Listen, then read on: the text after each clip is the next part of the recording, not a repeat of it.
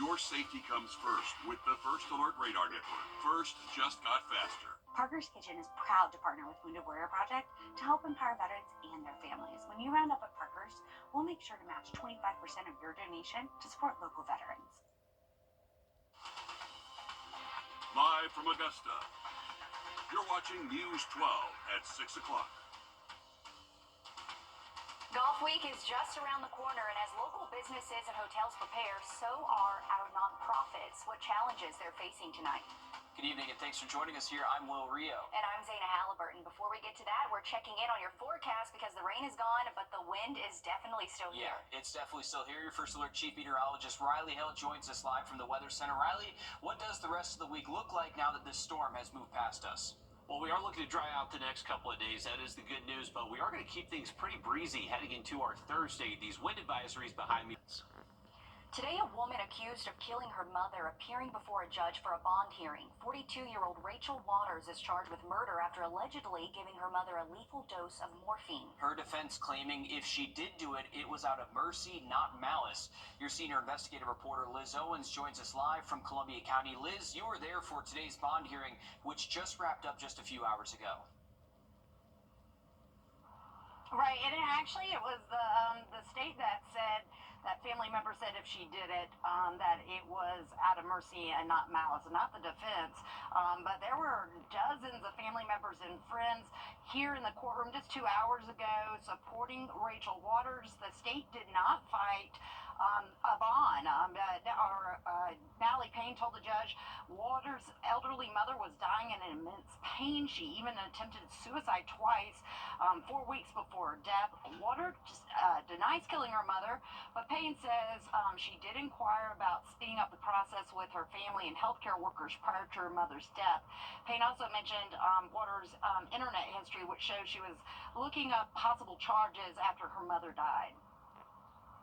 Say this to dominate this behavior. I just simply want your honor to understand that I don't think anyone involved in this scenario believes that, or that was a witness to this, believes that Miss Waters had any type of ill will or malice, or was attempting to have some sort of gain, like financial gain or something, something like that. I don't think that both the brother and the sister described it to me as, if she did this, that it was out of mercy. It's pretty rare to hear the state saying something like that, but the judge did order Waters and her two significant others. She came down here with New York with her two boyfriends to give up their passports. It was part of their condition, her condition for a bond. Waters has an impressive career and resume. I mean, she was an investigator for the federal government. She did backgrounds on people that were applying for top secret clearances. So she worked with the CIA, with the Pentagon. She's worked as a model, been on magazine covers, and as a journalist. Again, she is from here. Her mother died in a nursing home just right around the corner here. Grew up in Harlem, but she currently resides in New York. Today, she actually gave herself up. That was part of the agreement, so she was only in custody for a couple hours before this bond hearing happened today. A lot of good information and context to this case, a really sad situation at the end of the day. Thanks, Liz, for staying on top of that for us. Tonight, a big update on the military moving mess. Now, 2 branches of the military are stepping in. Your I team first told you 2 weeks ago about problems with the new system for moving servicemen and women and their families. As your Meredith Anderson shows us, it appears top brass and now a U.S. Senator are getting involved. The Army and Air Force are now telling transportation offices to rebook some moves delayed in the new system and some future moves as well. So it appears they recognize this new system isn't always working. When Captain Rosa Harvey got her orders, this time it was a little different. She is 6 months pregnant, meaning heavy lifting would be off limits. So I was like, perfect, I'll have the Army move me. And the first time mom-to-be wasn't worried. As a captain, she's authorized 14,500 pounds for her and her husband's household goods. but their total was only around 7,000 pounds, less than half. Plus, this wasn't cross-country, just from Savannah to Boston, during the slowest time for military moves. I got 2 confirmation emails from Home Safe Alliance stating very black and white, like, update, you have been confirmed, approved, there's packers and movers assigned. Home Safe Alliance is the private company that's supposed to be taking over all military moves. It's a contract worth around $20 billion of your taxpayer dollars. But the I-Team has been hearing from families all over the country who say movers were a no-show on moving day, which is exactly what Captain Harvey says happened to her. No answer as to why no one showed up, why confirmation emails were sent, when we could expect movers and packers. Eventually, Home Safe did send packers and movers, but they came a week after Captain Harvey and her family were already supposed to be out of their house. Not the best start, but things really took a turn on their delivery day when no one showed up.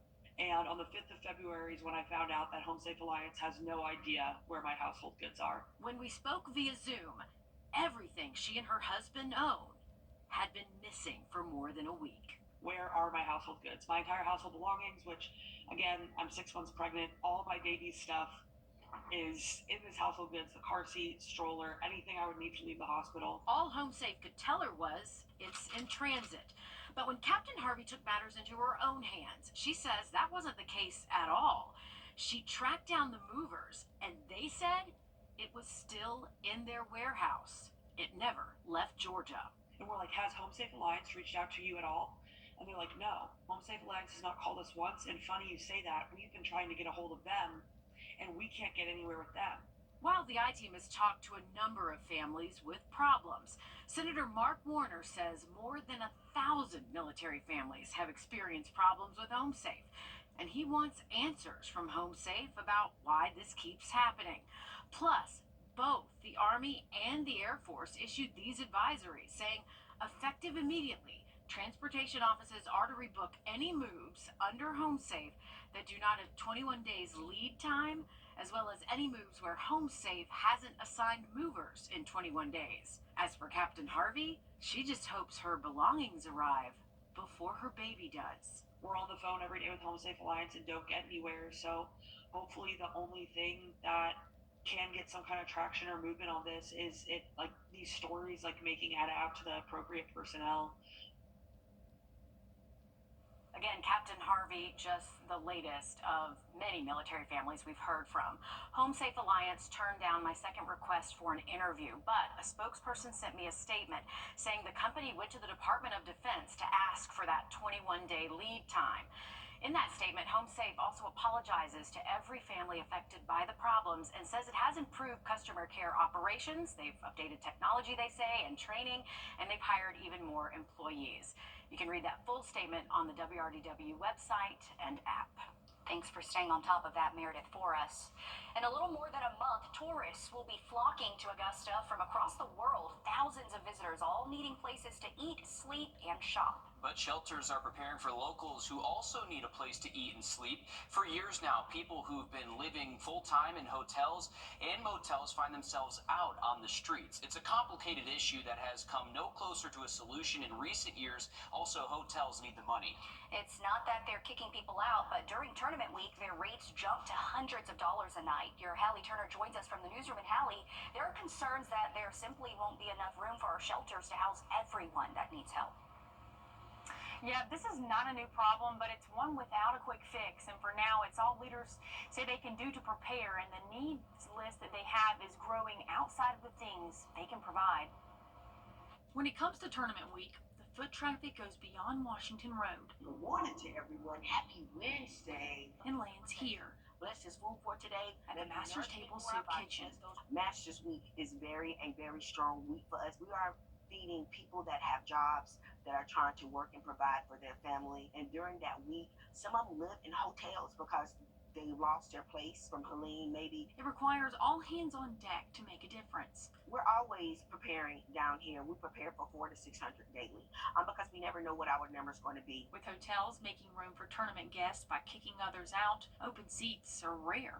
During the Masters, there is an increase A lot of people that are homeless that lives up off of Washington Road would then be pushed more downtown. Last year we did 2,156 trays just in those 7 days. And the stacks of yellow trays are expected to grow. This year, I expect the numbers to be more than 2,000. I think that this year we're going to probably do about in the 3,000 range, close to 3,000 trays. And long-term hotel guests are on the hunt for a new place to call home, a need Dolman says she can't fill. A lot of the guests need like tents. They need blankets. They'll ask me for warmers or either cots. These are things that we don't provide because we only provide a meal. And she's calling on you for help. It's definitely a need for the public to even say, hey, can we offer you like 50 tents, or can we come down and give you some blankets? Again, it's a complicated need without a long-term solution. So if you would like to donate tents, cots, blankets, and more, we'll have that link on our website that you can donate to at wrdw.com. Yeah, and we also spoke to the Salvation Army, who says that they're trying to help as well. They expect to hit full capacity by the end of the month, but plan to set out as many cots as they can. Hallie Turner, thanks for reporting on that for us. Those organizations working hard, that's for sure. Still ahead, a local group is making sure money doesn't get in the way of prom season. We'll show you how they're making sure every girl feels like Cinderella next. And it's been a windy Wednesday for us. Still pretty breezy tomorrow, but keeping things dry through at least Friday. Have a look at that full forecast and some weekend rain chances just after the break. Time and Temp, brought to you by your First Alert weather team. The weather, it's something that affects us all every day. From sunny to severe and anything in between. This is why we First Alert. Hi, Suzanne Willie Honeymichael here with Hardwood Floors and More. We truly appreciate the opportunities we've had to work in so many homes over the years. And now we want to invite you to our showroom to discover why we are the company that friends recommend. Our quality products, knowledgeable staff, and the tremendous skill set of our technicians is what has made Hardwood Floors and More the most trusted locally owned business for over 30 years. Hardwood Floors and More, so much more in store for you. Can you see the difference? Looking forward to that. Thanks, Riley. It's a special day centered around high school girls. Since 2018, the Augusta Dream Center has hosted Cinderella Day. Girls are invited to come out and take part in the free event that pampers, encourages, and empowers them ahead of prom. The organization is finding solutions and making sure dreams come true for these young ladies. It's an event that's going on its 8th year. Cinderella Day started as a way to make sure all students were able to participate in prom while not having to worry about any financial barriers. Kelly Newman is the director of the Augusta Dream Center and says the event goes far beyond just that. And we quickly realized, this is more than just socioeconomics. It's an opportunity to really empower young girls and help transform them from the inside out. The Augusta Dream Center is getting ready this week to welcome around 200 high school girls from across the CSRA. They will receive dresses, shoes, accessories, while also getting their hair and makeup done by local stylists. Newman says they focus a lot on building the girls up from within, too. But when the girls come for this one-day event, all throughout their day, they are reminded just of how important they are, how valuable they are, how beautiful they are. And while they're here, we also go through some education pieces of what a healthy prom night should look like. She says this is all made possible thanks to the community who donated about 1,000 dresses. We've had so many people just pour into us, but then just everyday individuals. They're like, they have formal wear in their closet. They need to get rid of it, so they donate it to us. All of the shoes. We also get monetary support to help make it possible, and we're just so grateful. Newman says at times, some girls come to Cinderella Day sad, but once they're getting ready to leave, it's a different story.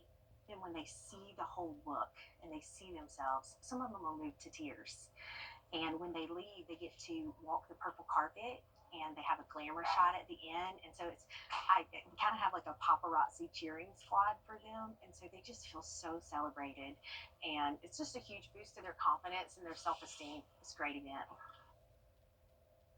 So so glad that this event happens in our area every year. The girls get to leave with everything they receive just in time for prom. Cinderella Day is taking place this Saturday from 9 to 1 o'clock at the Augusta Dream Center. They're located off Peach Orchard Road. I love the message that it's not whether you can afford a dress or not. It's about self-esteem, empowering young girls there. That's pretty awesome to see. I love the message there. It's so great. And then just seeing all of the photos from previous years Yeah. and the smile on the girls' faces. I mean, I remember my prom and it was special. And so certainly they are helping ahead of time make their day special. Means a lot. And if you do want to sign up, you have to sign your high schooler up tomorrow by noon. However, I'm told if you show up Saturday morning, that's fine too. We have all of the information to do that, volunteer or donate on our website. What a great idea. That's awesome. Love to see it. Well, coming up in sports, it's championship week in North Augusta. Not only are the Jackets preparing for state titles, but Nike's best and brightest stars are once again descending upon Riverview Park. We'll tell you about it coming up next. First Alert Radar, powered by Jim Hudson Automotive Group. Jack Shepherd opened over EvansKia.com.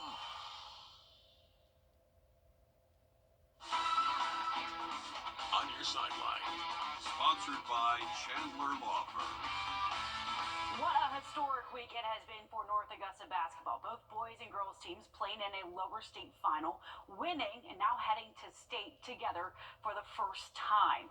This may seem like a walk in the park for the girls team. This is their second state trip in 3 years, but this is the first time a Jackets basketball team has played in the boys final.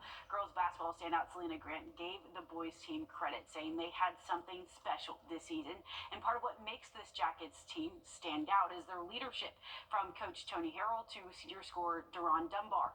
The future Augusta Jags basketball player will play one final game in a Jackets uniform before he trades it in for Jags blue. Happy but sad emotions at the same time. Like, I'm happy that we're making it this far, and hopefully we win it. And after we win it, I might cry a little bit, but it's gonna be happy tears for sure. Just tears over the accomplishments I've made and the team's made. Just happy for us.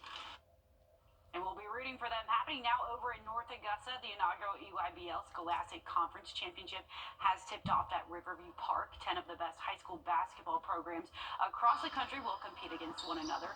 There's Mellow Thursday, the Nike Invitational postseason tournament begins. That's where you can see ESPN #1, AJ Devanza. Thursday is also Youth Night. You can wear your Aiken County, Columbia County, or Richmond County jersey to get in free.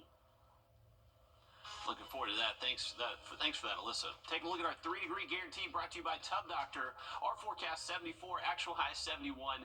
Just got it in there. $50 heading towards the SOAR Academy. Have a look at that 7-day forecast just after the break. Thanks for watching News 12 on your side. You've been in a serious associates. Welcome back, folks. Live look over Clarksville Lake. It's been a cloudy and breezy day up there at the hill. We still have a sustained wind up to 17 miles an hour, and gusts have been around 25-30 for areas around the lake and down towards us here near I-20. Remember, for tonight, we are going to keep sustained winds up to around 15 miles an hour. That will continue through tomorrow morning, and then as we head throughout the day on Thursday, that wind will pick up between 15 to 20, and those gusts will be higher, closer to 25-30 miles an hour. Now, once we get into Friday, a much calmer day. High pressure centers over the area, so a calm start to our Friday morning. Later into the afternoon, southwest wind does pick up again between 10 to 15, but the morning time should be fairly calm.